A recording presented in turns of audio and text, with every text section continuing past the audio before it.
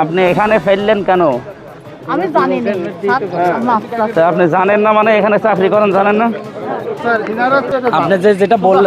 আপনি যেটা বললেন যে মেডিকেল বর্জ্য আর সাধারণ বর্জ্য এটা আলাদা হবে, আলাদা হয় নাই।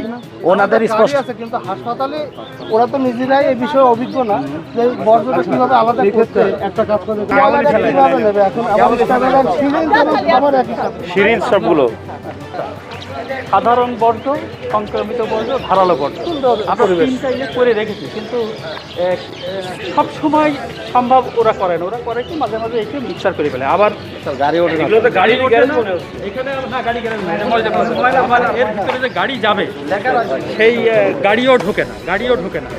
তো এটা বন্ধ কেন? এটা তালা লাগানো হয় যে এখানে তো ধারালো বর্জ্য। এই যে এইগুলো মনে হয় রেখে দিয়েছে, এই জন্য এগুলো সিরিঞ্জ আছে, সব এর ভিতরে আছে করা আছে। এটার কি অবস্থা এভাবে হয় বলেন তো?